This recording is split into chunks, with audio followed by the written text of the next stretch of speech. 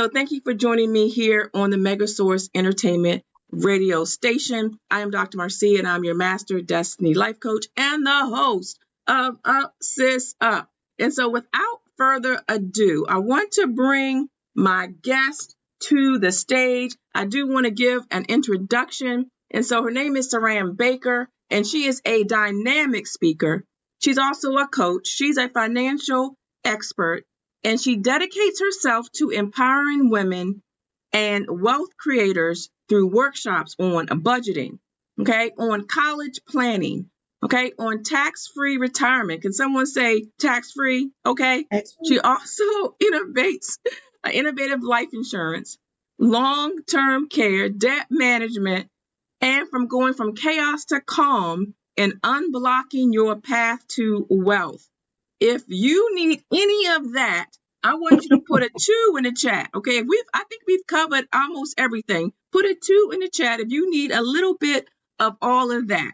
Okay, so she's armed with a bachelor's in marketing, and she also has a master's in organizational development and human resource management. And she also does financial well-being training for organizations, overseeing multi-million dollar assets. Can someone say multi-million dollar assets? Okay, we got some dollar signs going on in the place. And so we're going to get her into this room. Okay, without further ado, Saran, welcome to Up Sis Up. How are you? I am amazing. Thank you so much for having me. I've been excited to be here with you tonight. Like ever since we booked today, I'm like, oh, when am I doing Up Sis Up? Because I could not wait to get here with you tonight. Yes, I love that energy. And folks, she's not telling a lie. We've been communicating today, actually the last couple of days, and she has been so excited about coming onto the show and to sharing what the knowledge she has, and to meet the viewers, the listeners here on the Megasource Entertainment Network. And so I'm going to go right to the chat. I see Veronica, I see Ronnie, I see Kamaria.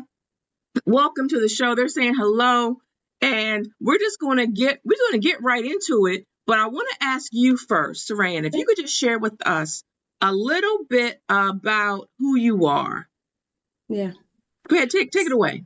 Okay, so I'm going to take the non-traditional route. A lot of people like to talk about their degrees and all that, and I'm not going to say that, because one of the things that I do it because I had chaos in my finances and I needed calm.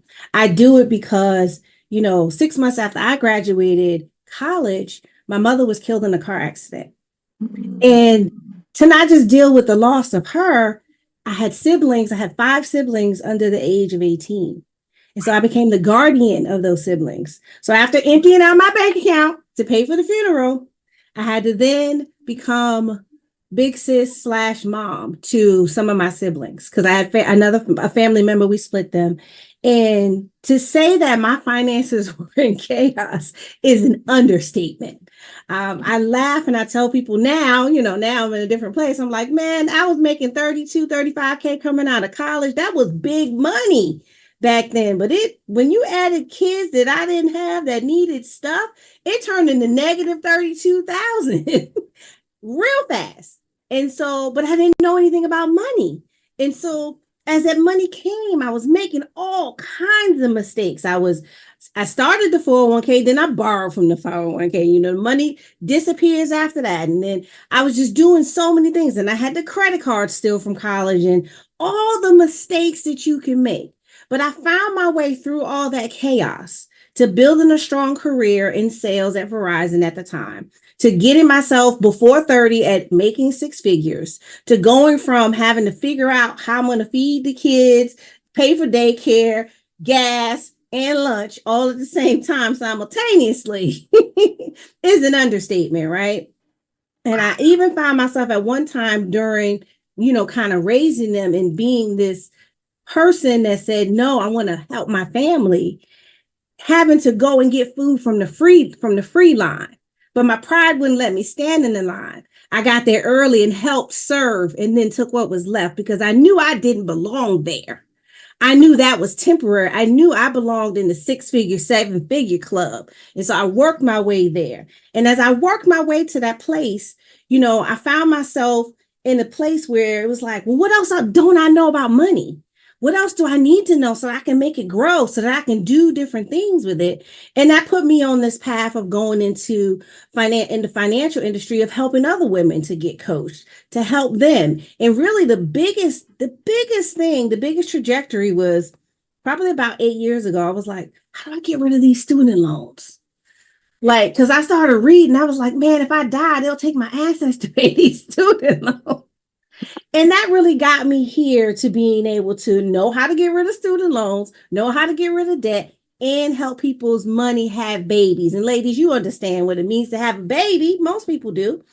But and I haven't even had any babies, but I know what it means to birth something. But if my money is birthing more money, that means that I'm gonna be all right. All So right. that's just a little bit about me. I like to share the human side because everybody thinks, tight suits and all this, and they're not this. I moonlight as a comedian on the side too. So Yes, yes, she does. Yes, yes, she does. But you know what? You shared part of your story that I didn't know, Mhm. and you've made it real. And I've asked the question to before, with the technical issues. I asked, "Is your money funny?" Mhm. And you shared a story, your life, where Mhm. your money was funny. Okay, it wasn't adding up. But they say there's more month at the end of your money, It and was it was 2 months at the end of the month. 2 months. Look, Like you had a whole daycare. These kids quarter can't left, watch themselves.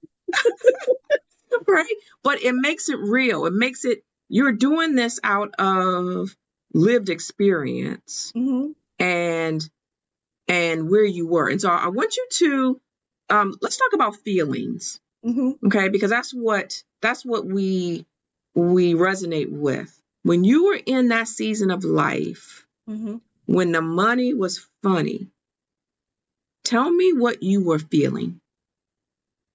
And that's an amazing question because we don't often dig into it, right? We just kind of put the little face on and let me just go, right? But in that time, I felt defeated. I felt like, how could this happen to me? I felt alone. That was the biggest feeling, like nobody's going to understand what's going on with me. I mean, there was years I wouldn't even tell anybody what happened. I remember going to church. I was going to Ebenezer at the time. And I went to meet the pastor, and he was like, well, where's the father of the children? I said, father of the children? I said, those my sisters and brothers. I hadn't told anybody. And he was like, what? We just thought you were like some teenage mom, because you got to think.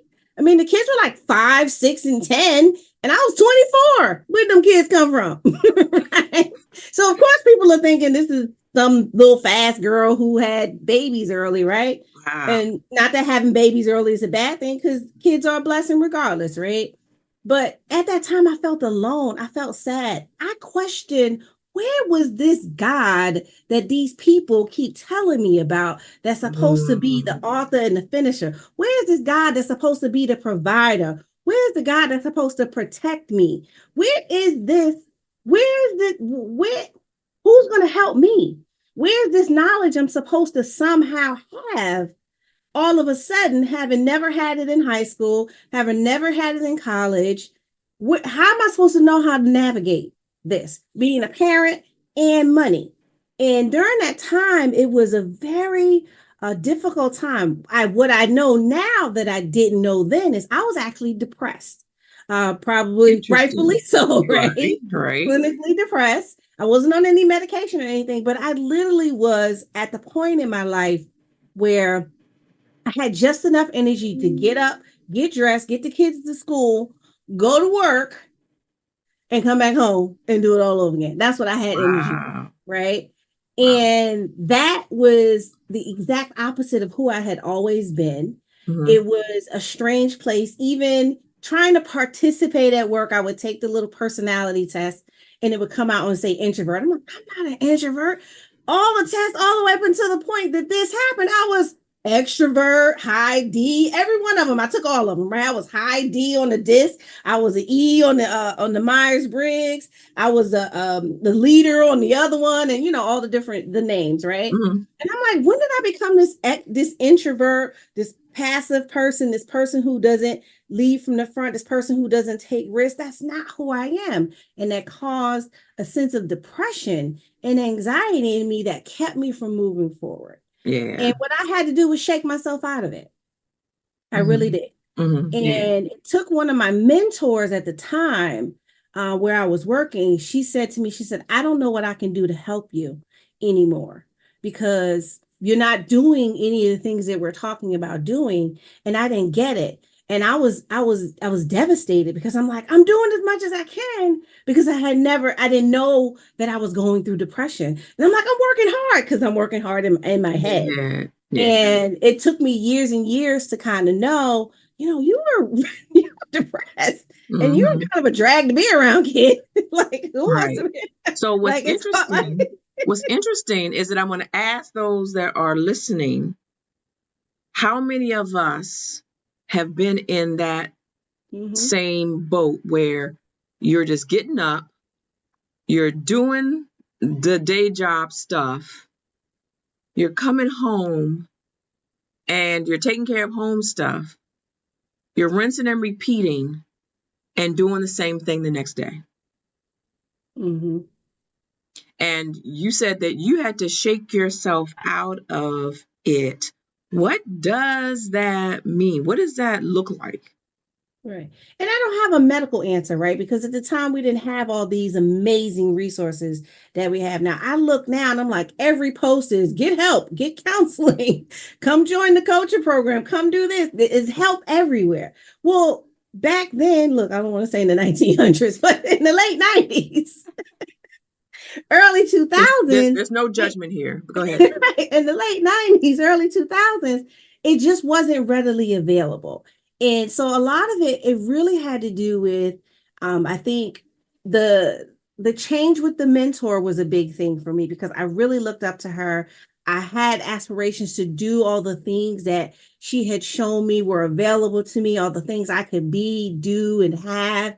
And the split probably was a defining moment for me of, you know what? She said basically something was wrong with me. The translation in our head, those words were absolutely not used, right? But the translation in my head is something must be wrong with me. You know what? I'm gonna prove her wrong. So I got in the game. And so something just kind of woke up inside me that was like, nah, let's get it, kid. You could do this.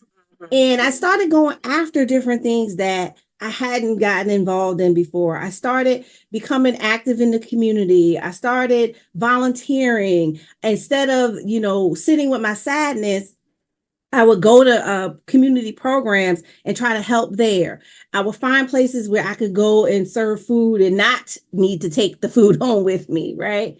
And just be a part of the community here in Prince George's County, Maryland. And that really led me to coming back to self, if you will, coming out of the shell I had put myself in. I call it a protective shell, Mm, but when you put yourself in a protective shell, nothing gets in, the good or the right, bad. right, right. And so I was able to chip my way out of the shell to become all that God had placed in me, to really be able to say, you know what, God, that was a period you took me through. Mm-hmm. I am all those things you said that I am. You did put me here in an abundant life. You did give me access to all the things that I would ever need, want, or be. I have to go and get it. I have to tap Yes. into You it. have to go get And it. I want to pause here for a second. And you saying that you have to go get it. The story or the visual that I love to share here is you think about a bird, mm-hmm, okay? The bird, God has given the bird the worms, mm-hmm, okay? But the worms are in the ground. And every morning, the same birds that we know God cares about, the birds have to go and get the worm. The yep, worm doesn't fly up to the bird, but we've been gifted with talents and resources. We have to go get it. yes, Absolutely. Okay, so let's talk about you going to get it. Now, I know you are the queen of cash flow, Mm-hmm. all right? And I want to know, how did you get here? What now qualifies you? What Mm-hmm. credentials do you have? Tell me your resume of how now you went from standing in the line getting food to now teaching other women how to fish to get their own food. Well, one of the things is I started multiple businesses along the way, right? And, they say that you should, everybody seems to think you start a business and that's going to be the business and you're going to be perfect at it and it's going to be amazing and you're going to be a millionaire. Well, I went through quite a few businesses until I found the one that was actually me, who I am, Mhm. right? All right.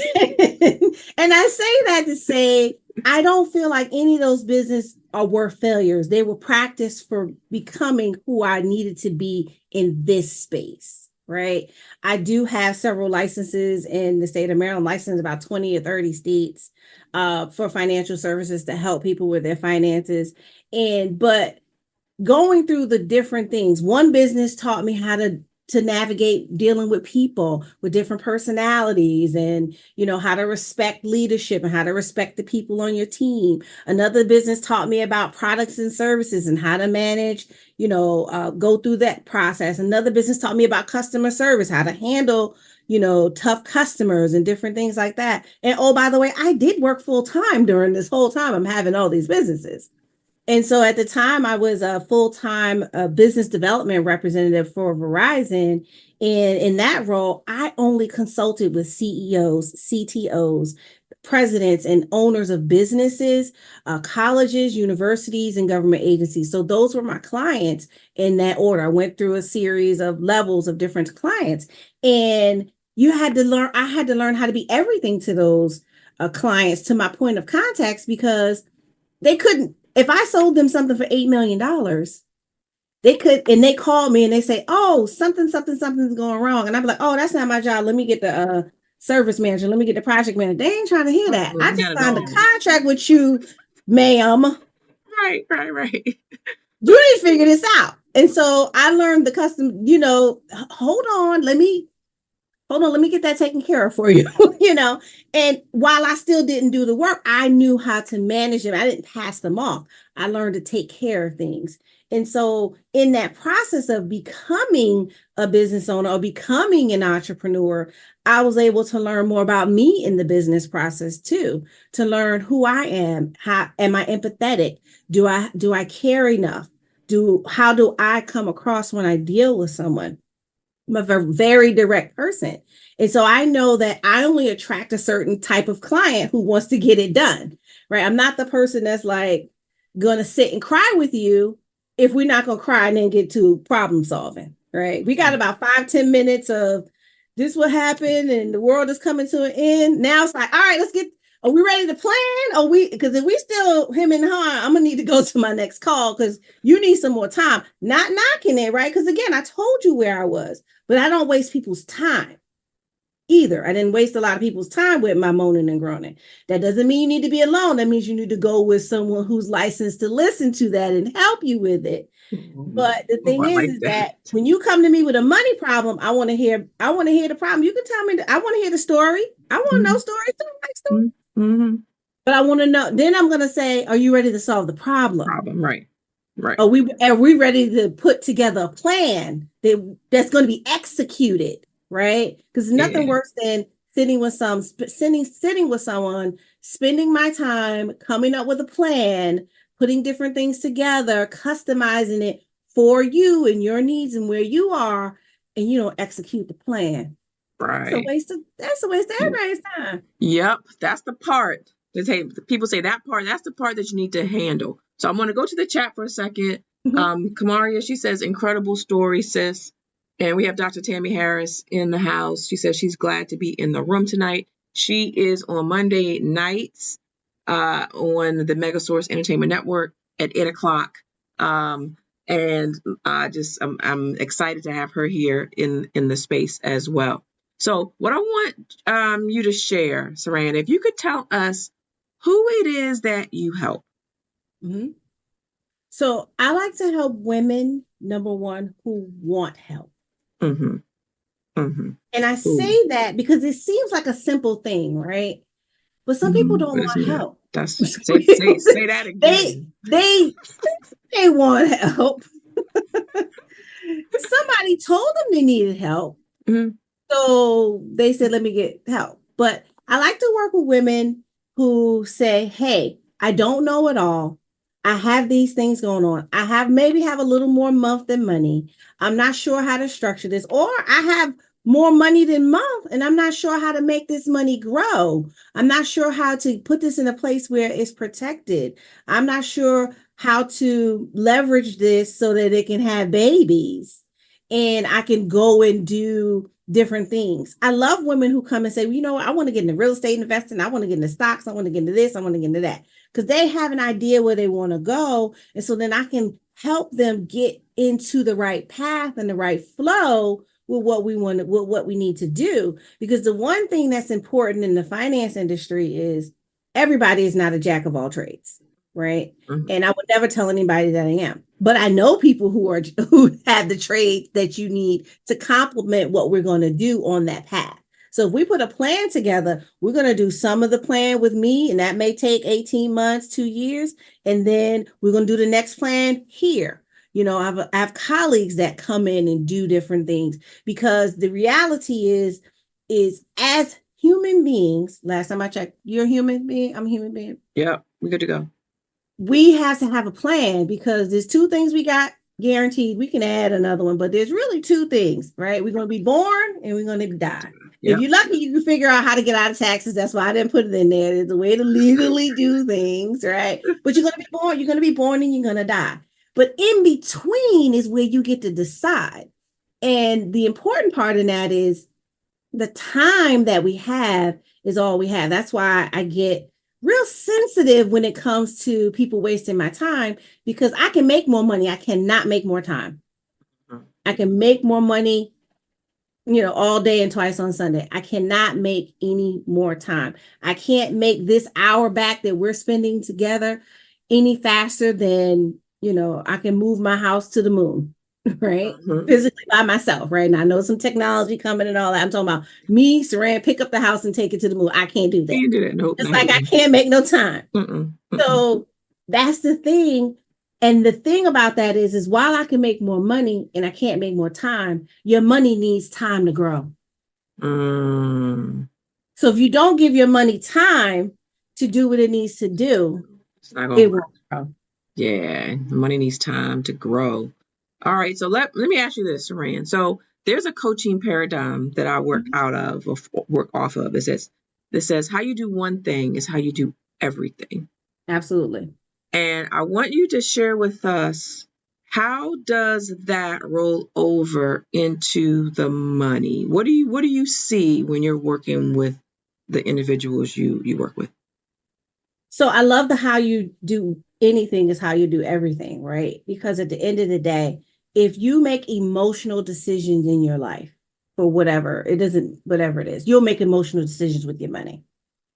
If you are all over the place in your house, you have chaos in your house. I like to use the word chaos, but chaos to me stands for can't handle any obstacle sent, right? Mm. Because things Ooh, are out ooh, of ooh, order, ooh, ooh. right? Say that again. I want to have somebody put that in the chat for me. Say it again. Can't handle any obstacle sent. That's chaos to me. That's the Mm, that's the acronym, that's right? good.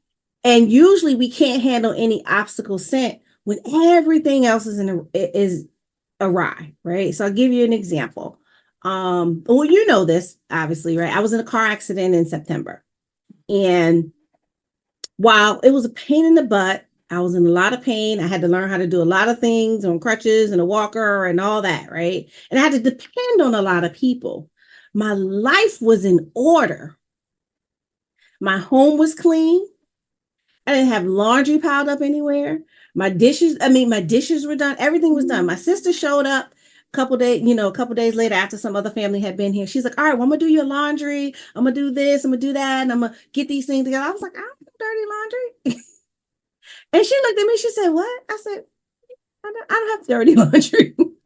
I wash my clothes. I don't keep, more than the load around. And she was just like, oh my God. She's like, well, what can I do? I was like, nothing. The cleaning people will be here tomorrow. Just, move out the way. All I need you to just help me with me, right? I need you to help me. I can't cook. I need you to help me cook. I need you to help move me around. I can't get up all the time and get ice and all the stuff I need to do. But I had everything in order, so to speak. And I had my finances in order as well, not to mention. And so what I find with a lot of people is our homes are out of order. Our homes are in disarray for whatever reason. Even if you have kids, there's a way to get your home in some type of order so that when you walk in, you don't feel anxiety and stress and stuff like that. And you see, I don't have much stuff up here because I lived in my other house, sold my other house last year, and I got rid of everything. I purged because it felt so good not to carry the weight of that stuff with me everywhere. Yeah. And so having certain things in order make it easier to handle obstacles when they come. It's just like at work. When you're working, if you have projects that you're working on and you like, you know what, you got some downtime, you're like, oh, I got a little bit of time before that's due, and you lollygag because, it's not due for another week. You just do some other mess, whatever it is you're doing. And then now the deadline is here, and now some other stuff has come up. You didn't have everything in order. So now you can't handle anything else coming. You can't handle any obstacles or any other objective. We can use an objective coming towards you because you didn't have everything else in order. And it's one of those things where you get it done now before you need it done, before it's due, before the bill people are calling or whatever, just kind of plan. It's kind of like, not waiting until your tire's flat to put air in it. You saw the light. On the thing that said you needed air. That's right. So that's where we have to learn to manage our chaos. And so that's where I love the statement, how you do anything is how you do everything. Because if you don't take care of the little things, just those little things, then everything will be out of order. I am like a crazy person when it comes to making up my bed in the morning. I get up and I make my bed. Now, there's nobody in here coming to look at that bed but me, but I like looking at a made up bed, right? Is it perfect every day? No. Is it Instagram perfect? No. Nobody's telling you that when you make your bed, it needs to be Instagram perfect. But you can pull the sheets out and you can fluff the pillows a little bit and leave. But that's one of the things that matters is the little things that I find in self-care. Because how I take care of me is how I'll take care of anyone else. Okay. And so if I don't take care of me, then why would I take care of anyone else any other way? Yeah, that's good. That's good, Saran. And look, I don't want to miss something here. There are a couple of things I want to call attention to. You started off by saying you had an accident. Okay. It wasn't just an accident. Okay. So I'm going to need you to go into a little bit more detail and share with us more the detail of the accident. And then I want you to connect the dots to why it is so important to be prepared. Go ahead. So the accident I almost died in is the accident. And it was my birthday. I was on my way home coming down Pennsylvania Avenue Southeast in Washington, D.C. And another car jumped the median and they hit me head on. And I've told a couple of friends, I haven't really said this on air, but now is just the perfect time. I know I died. I was dead in that car. But I came back because I felt myself come back, right? And anybody who's ever had an experience can tell you can feel you. I felt myself come back into my body and I was like, wait a minute, what just happened? And I walked away from the accident, limp because my leg was fractured and some other things that happened. But in that moment, I wasn't worried because I had everything in order. I had a trust set up, so everything would have went to anybody who it was supposed to go to. I have all my life insurance set up, so nobody would have to pay any of my bills. As a matter of fact, their lives would probably be 10 times better Something happened, if things went that way. My foundations that I love, charities that I care about would be taken care of. Everything that was important to me was taken care of because I had taken the time to do for myself what I tell my clients to do. All my paperwork was in one place. So as long as somebody had the key to, and a couple of people had the key to the house, they can come in and get the paperwork and do whatever they needed to do. And so in that instant, it taught me a couple of different things. Thank goodness you had your paperwork together. That's number one. And number two, the big thing for me is I'm living life on two wheels, like I'm not pushing the brakes on anything. If anybody is inviting me somewhere, I'm trying to figure out how to get there and do whatever else I was still doing and work full time and run a business full time and help people, because the thing is that life is to be lived. And the only regret I would have had in that moment, if I could remember, obviously, or whatever, who knows what happens on the other side? Because I couldn't tell you what happened when I was there. I tried, but I can't, right? But the only regret I feel like coming back I would have had is I just want to live more.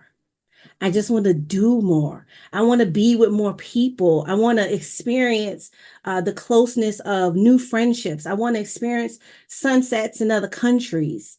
I want to be able to look other people who don't look like me in the eye and share a moment and be able to see that just because they call their God something else doesn't make them less human and doesn't make their God less and doesn't make them some type of something else, right? I want to be able to just be present. And I used to say this in college, and it's still true. I want to eat a bagel everywhere, right? Or whatever the equivalent is, right? Right, Because some right, people right, don't have right. bagels. I don't know who those unfortunate countries are that don't have bagels, but when I get there, I'm going to have it or the equivalent. Now, I substitute with a beignet. I mean, in France, you got to get a beignet, right? But it's one of those things that has allowed me to feel like living is the ultimate act Mhm. of being, Yeah. feeling and connecting. And it's allowed me to have much stronger boundaries as well, Mhm. to say, you know what, I'm just not putting up with that anymore. Because tomorrow is not promised. I love you, but we need space. Mhm. Yeah. And also allowing me to just allow myself, and this is important, and this ties to your money too. Allow myself to love me the way I've always wanted to be loved, the way the world says someone else should love you, but to love me that way and make no apologies about it. Not one. Mhm. I love that. I love that. So I'm going to go to the chat for a second. Um, Kamaria says yes. He says so true, Saran. She says another great show. Dr. Tammy Harris, she says praise, and she says love the testimony. And the one thing that I also want to share that you didn't mention, but I know it is true, is that the driver of the other vehicle Yes, died. he did transition. Yes, he did. Okay. So that just highlights the severity, the seriousness of that moment. But it also now gives you more life, right? Mhm. You said you want Yeah. to eat a bagel everywhere. Okay. So one, I thank you for sharing, and I thank you for God allowing you to still be here, and for the passion that you now have. You had it before, but I think it got dialed up a little bit. Yeah, it's probably on 10. Okay, It's probably on 10 down, now. It's like down, no down, breaks. down, up some. Okay, so that's that. The other thing I wanted to bring to light a little bit more is that I know that you have a master's in organizational development. Hmm. Is that right? So Yes. I know you talked about all of the things that are in order. The things in your house, things in your desk, things in your life. Can you tell us, some of us who are not, maybe not so organized, was this something that you already had an innate sense of? Was this something that you developed along the way? And if so, is it something that we can develop?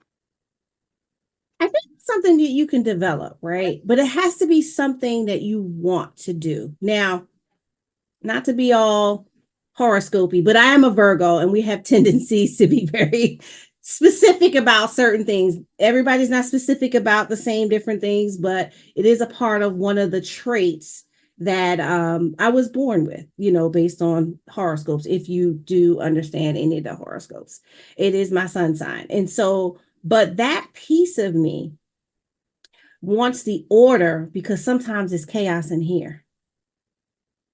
Mm-hmm. And so the order on the outside helps this chaos in my head to be calmer because I can look around and be like, all right, well, maybe things aren't as crazy as I think they are because everything in here is in order, right? Or my desk is in order. Now, this desk over here, you can't see it. It's in a little disarray because I had to move the stuff to get the camera close enough and all that stuff we have to do videos. But having the order in my life in certain areas, it makes me calm. Just like having money in order makes me calm. Mm-hmm. And one of the things, even during the pandemic, as I'm in the house like everybody else, I started watching the organization videos. And now a lot of people watch the videos, but the people don't take action on the videos. Me, I'm the one that's taking action. Let me get rid of this. Let me move this around. How do I feel about this? Does this bring me joy? I'm like, now, am I doing all this in one sitting? No. Literally one drawer at a time. Let me look at this drawer. I could put this drawer in order. And just little places to pull things together. And it's the same thing with our money. Sometimes you might put something together and we may not be able to solve everything in one sitting. We might be able to just, let's focus on this area right here. Let's get this in order.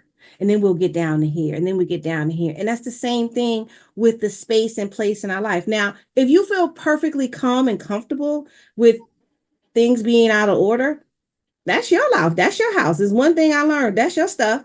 That's how you like to live. If you like it that way, I love it. Just can't come to my house. That's not how we live at my house, right? But I think it's one of those things. It's not cookie cutter in the sense of what we do. Everything in the world, and especially with social media now, we have our attention there, and so everybody has this perfection complex that everything should be perfect and in order. And you watch the videos with the ladies tapping their nails and everything, and they got a little compartment for this and that. And you look and you're like, my stuff don't look like that. And then we don't want to do videos because our house don't look like the Instagram house or whatever. But the reality is it perfect for you? Right. Are you happy where you are? Right. Are you happy in the space? Are you taking imperfect action? Yeah. That's the most important thing for me because, and I'm guilty of the perfection thing, needing things to be perfect. And I feel like you all should have heard from me 3 years ago, right? But I was caught up in my head of everything having to be perfect before I did videos or before I talked to people on camera. Now I just feel like, all right, this is what we getting. You saw when we got on, I'm like, oh, I got a jacket hanging in the back of the chair. You like this one? Or you like the other one hanging back there? Because you can get one of these two jackets from the back of the chair for the video, right? I don't touch my bookshelf unless I'm looking at a book. So that always looks like that. But it's one of those things where we have to get over the scary parts of ourselves because at the end of the day, and I talk to so many people, my favorite line is, I'm going to get my finances together and then I'm going to meet with you. Well, what you get your finances together and then meet with me for? That's my job. But it's totally illogical. Right. It's like I stopped years ago from cleaning up before the cleaning people came. Yeah, that's the thing. I'll pick my clothes up off the bed and I'll put the laundry in the basket, whatever. But I'm not picking up jack. And I don't even take the sheets upstairs. No, I'll be like, the sheets is folded up on the dryer. I'm not even going down there to do that anymore. Because what am I paying for the service for if I'm taking away half of her job? Mm-hmm. No, now that doesn't mean go throw stuff everywhere and make it a nightmare. But, we overdo it. And I think as Black women, for those Black women who are watching, I know that, we probably have multicultural women, but if you see yourself in any of this, stop it. Let the people do their jobs and allow yourself to just be. Yeah. And the hard part about just being, honestly, and I learned this during the pandemic because I had to just be. And I was in a quiet place. I didn't have a heavy lift job at the time. And so it was kind of like, oh, I can get this done now. I got time to think. it's like all that stuff comes up that you didn't want to come up. Mm-hmm. And what are you going to do with it? But you Yeah. got to just be and then deal with one at a time. Yeah. And part of that is So, accepting yeah. yourself with your flaws. Mm-hmm. And so that's just kind of more kind of life coaching side. But Yeah. even accepting your financial situation, right? Accepting that, you may not be able to go brunching with the girls Mm-hmm. because your bank account gonna be zero or negative zero. Okay, no, you can't buy that bag that costs whatever it costs. That you can't. Nope, you got to go right on TJ Maxx and find something on the shelf, right? Okay, and we can go on and on and on. But a lot of times we're not honest Right. with ourselves, right? And so that impedes how we can get help. Yeah. And I think the other piece is not just, what you said, not accepting, kind of where you are, but understanding that there's no shame. I spent a lot of time during my challenging years where I shared a little bit of it, feeling ashamed, feeling Mm, feeling judged, and nobody even knew what was going on. Who was judging me if nobody knew what was going on? You were judging yourself. yourself. That's right. I'm judging myself. Judging I was like, yourself. I was judging my and then it's one of those things where you learn, and it's partially because I had to accept that if it were me and I were hearing someone else tell the story, I would be judgmental. Mm-hmm. And so I had to accept that part of me and work on that part of me that was judgmental to free myself to be Yeah. able to be and not think that everybody's being judgmental because I had made up in my mind that I had a judgment. And so I've learned and we learn to accept people for where they are. And in some instances, I even stopped labeling things good and bad. Just saying Mm, it just is what it is. I really don't know if this is good or bad right now.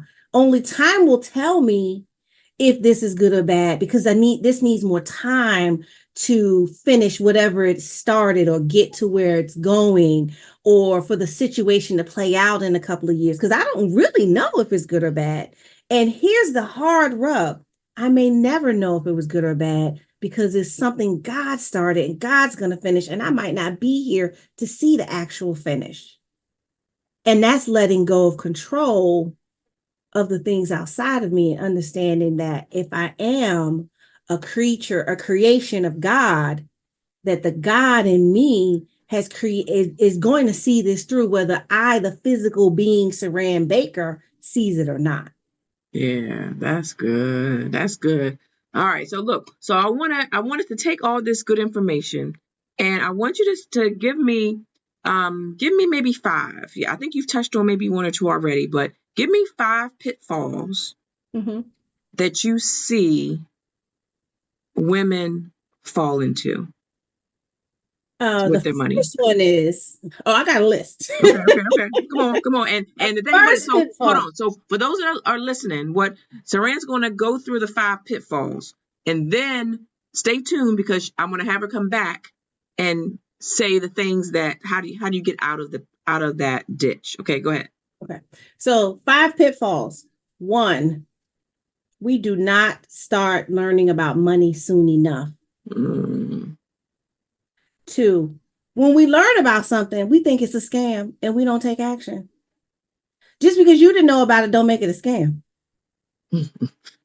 Three, not investing and saving early enough, often enough. Four, you cannot save them. We keep trying to save everybody but ourselves with our money. You can't save them. It's not your job. That's a mistake that we make. The fifth one would be borrowing from your investment accounts and not paying yourself back the money and the interest from what you borrowed. okay, all right. So we got the top five list now. I want you to walk us through how do we get out of that ditch. So I think the first thing is coming to podcasts like this, so number one was not learning about money. So coming to things that are going to teach you about money, going to the events that are free and paid that teach you about money. Because the one thing I learned a long time ago is you get what you pay for. So sometimes the free stuff you're getting is just the free stuff you're getting. But if you pay, then you probably get the good stuff if you pay a little bit. And you pay more attention when you pay. I want the good stuff. Go ahead. Right. So you pay more attention. And so I've learned that it's a part of my education. And I still go to financial education workshop. Let's make no mistake about it.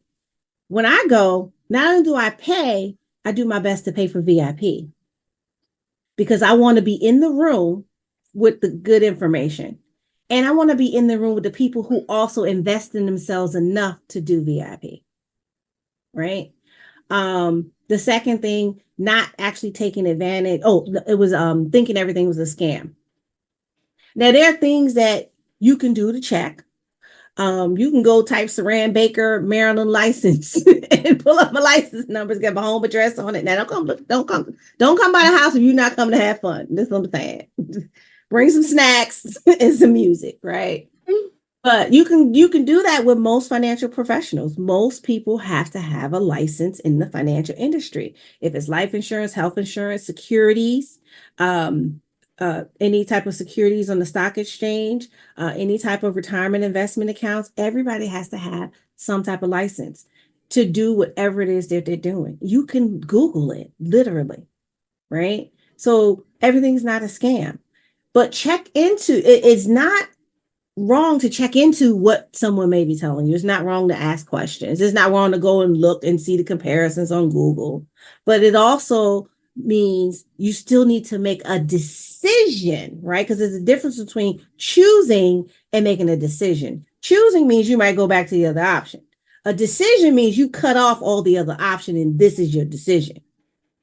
So you need to make a decision to do whatever it is you're going to do. I forgot what I told you the third one was, but the fourth one was trying to save everybody else. I know, and there are articles on this, and I actually did a podcast episode, The Black Tax. We go to college, we get a good education, we get a good job. And it's kind of ironic that I'm saying this because I did exactly the opposite, right? But you get a good job and you start making the money. And the first thing you do is you hurry up and you go back home to wherever it is and dump that money back in there. Some type of way. The light bill need to be paid. The water bill need to be paid. Somebody need help with the mortgage. Somebody need help with this. Somebody need help with that. Put your mask on first, as they say on the airplane. You have not solidified your own financial position to be in a place to give at that level. There's an author, Rabbi, I forget his name, and I always quote him. It's gonna come up. It'll come up. But his name is he's America's Rabbi. But in his book, it's called Thou Shalt Prosper, and I'll think of his name in a second. But that's the name of the book. In one section, he talks about in the Jewish culture, they don't give until they have an overflow. So they have a cup. It's called a challah. And on the top is like a regular wine glass, kind of thing up here. And then it has the stem. And at the bottom, it has like a well to catch any excess. He said, we fill that cup up until it overflows. We do not give until it overflows. We make sure our cup is full. Wow. Before we start giving. Because what happens is, when you start giving and you don't have enough, you are technically giving in lack. And so by giving in lack, what you're doing is creating more lack. Because if you don't have it and you give it to them, and so like the loan, I don't loan money at all. If I can't afford to give it to you, or if the spirit hasn't led me to give it to you, I'm not going to loan it to you. Because if I need it back, I'm in lack. I can't loan it to you. Because that's what happens. But you can't save them from themselves. Now, I'm not talking about good, hardworking people who are doing certain things and you see them really trying or whatever. But again, is your cup full before you go to help them? Right. That's good. That's good because So, you mentioned something. The thing that comes up is that sometimes though we feel guilty for not helping when we have more than what someone else has. mm-hmm, Sometimes people impose and make us feel guilty mm-hmm, because we have more than they have. mm-hmm, And we give out of a different space than just giving because we want to help, but then we say, okay, who else is going to help them if we don't help? So what do mm-hmm. you say? What do you say to for that feeling? You're giving out a lack. Mm-hmm. So that's what I say. I've been there. You're giving out if you're giving from guilt, shame, regret, you feel like you owe someone, you're giving out a lack. And what you're doing is you're stealing your own future money. You're stealing from yourself because you get what you give. So if I give you money and it's my last dollar and I really needed it, and I'm like, oh, I'm gonna give it to you. So now you've sown the seed of guilt, lack, regret, owing someone. Instead of, oh, you know what? I got it. You need $500. Here, you can have it because I'm good. I'm giving to you because I have grace, I have gratitude, I'm thankful, and I have abundance. And so when you give from a place of not needing it back or wanting it back, you're creating a space that says, this is actually one of my daily affirmations I just started. Money comes to me easily, frequently, and abundantly. You're saying to the universe, oh, get that back. Mm-hmm. Oh, look, Mm-hmm. the little thing gave me the thumbs up. But you have to say, you have to speak. It's kind of like for anybody in any type of fraternal organization or sorority, and you learn parliamentary procedure. And the hardest thing we have to learn in those organizations is how to state emotion in the positive or how to state Yes. emotion in the affirmative, right? Mm-hmm. Mm-hmm. It's the same thing. Your self talk has to be in the affirmative and it has to be in the present because the universe or God or however you connect to spirit doesn't know past or future. It knows right now. So if I talk to myself and I say, you know what, money comes to me easily, abundantly, frequently, infrequently, then it's like, okay, well, that's what happens. If Mm-hmm. I say, you know what, I'm a master speaker, coach, and financial expert, then that's what I am That's because I'm what you are. speaking it now here in the Yes. present. Because there really is no tomorrow until we get there. And there really is no yesterday because you left it. Yep. And so we have to give from a place of abundance. And so Abundance. I ask myself, if I cannot give from a place where I feel good about it, Mm-hmm. I feel excited to be a part of it, I feel like I want to do this because I'm sowing a seed in this person, this energy, this place, this event, this whatever. If I feel like I'm putting my seed in good ground, then there's no limit to it. I'm a giver at heart. That is, I love to give, but I had to learn that I couldn't save them Right. because there's no amount of giving that will save someone who's always in lack. Say that again. Say that again. There's no amount of giving that will save someone who's always in lack because they're always going to need more. It's just going to be more, more, more, more. It's kind of like the cookie monster. He always needs cookies. It doesn't matter how many cookies you give the cookie monster. Guess what the cookie monster needs? More Cookies. cookies, more cookies, more cookies. Okay. All So right. So, Saran, thank you so much for dropping the nuggets. So, but I want the folks to understand and know how can they get a hold of you, and how can you help them move through this phase of chaos in their life? So you can contact me. I'm everywhere. So you can go to Facebook, TikTok, Instagram. I'm listed as at covered by Saran on most platforms. So you can put in Saran Baker, but mostly it's at covered by Saran. Please go to my YouTube channel, Saran Baker, like, share, and subscribe. I'm in the process of building my YouTube channel, so I would love your support there. And what I do with people to go from chaos to calm, now calm means something too. The C is control of yourself and your money, because you got to control you before you control the money, right?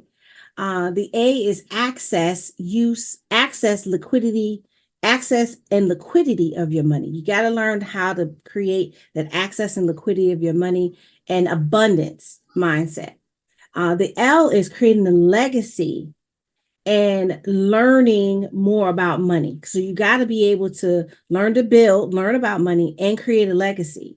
And the M is money mastery, finding yourself in a place where you can get to money mastery and take that money mastery and pass it on to other mavens of money, to be able to educate others or bring others into the fold if your gift is not to teach or to translate and allow others to transform, but to bring others into the fold. And so the calm is something that is so vital that most of us were scared during the pandemic because we had never experienced that level of calm in our lives. No commuting, no getting dressed, no this, no that. And it's like, oh man, what do I do with all Right. this calm All this peace? extra time. Right? Right. Exactly.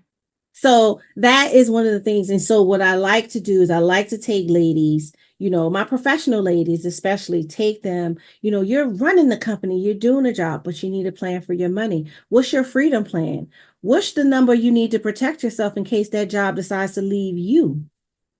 Right. And I know, we're in the Maryland, DC area and there's a lot of government jobs, but jobs still leave government people too. Right. What's your plan with that? Making sure you have peace, because guess what? I wasn't worried about either during the accident. What was going to happen to my money? Because I had taken care of it. I wasn't where I didn't miss no. I had this bookshelf built during when I was here. Because I was like, hey, call my guy Want. His name is actually Want. Hey, Want, can you come build me a bookshelf? And he's like, what you doing on these braces? He's like, all right, I'll build your bookshelf. But because the thing is that I had a sense of knowing where I was. I knew what was going on. I knew how things were going to fall out because I had planned for it. Yeah, plan for And it. so that's really the big thing. Mhm. So you can come there. Oh, and I also have a group. I'm still building that too.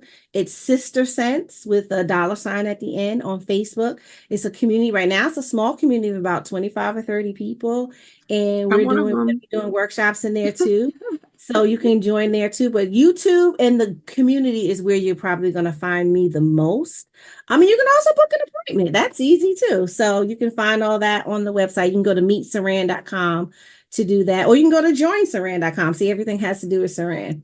But Meetsaran.com. Put it in the chat for the folks. yeah, It's you can go to meetsaran.com. You can go to meetsaran.com. joinsaran.com. Okay. I haven't updated Meet Saran, but there is a link to book an appointment on there. All right. I love it. But yeah, but I would Mhm. love to come back. I love, being able to share who I am in relation to money, because it's not just about the numbers, because the experience that I feel like that I've had over these 35 years, we're going to go with that. Over these almost 50 years, I'll be transparent. Over these almost 50 years, I feel like is as valuable as the money information is itself, because we have to learn the lessons that we have to identify the lessons that we've learned over time to bring us to where we are and be able to pass that back to the beautiful ladies coming behind us. Yeah, love it. Love it. Thank you, Saran, for being here. We have a couple of touch points. We are both members of Black Door Society and also members of Alpha Kappa Alpha Sorority Incorporated. And Saran is one of the local chapter former presidents. And so it's just good to have you here. And but with that, we are going to have folks go and find you on all the social media platforms, to join your Facebook group, Sister Sense, and to connect with you if they need, when they realize they need and they want to go from chaos to calm. Absolutely. All right. So thank you again, Saran. And I will see you in these social media streets. Thank you for what you do for the community. and how you help women to build their lives better so they can be in that place of calm so they don't have to worry about what their money Yes. is doing. All Yes. right, And take thank you care. for having me. So I will see you soon. All right, take care. Bye. All right, and there you have it. That was Saran Baker. I love the conversation. I love the thing that was so powerful is that when she was talking about the accidents or the accident, but everything was taken care of. Her house was in order, her money was in order, the plan was in order, all the things were in order, and so that is the goal for us to be ready and prepared for the next stage of what it is that we're doing. So reach out to Saran Baker and stay tuned for more from Up Sis Up Women's Empowerment Radio.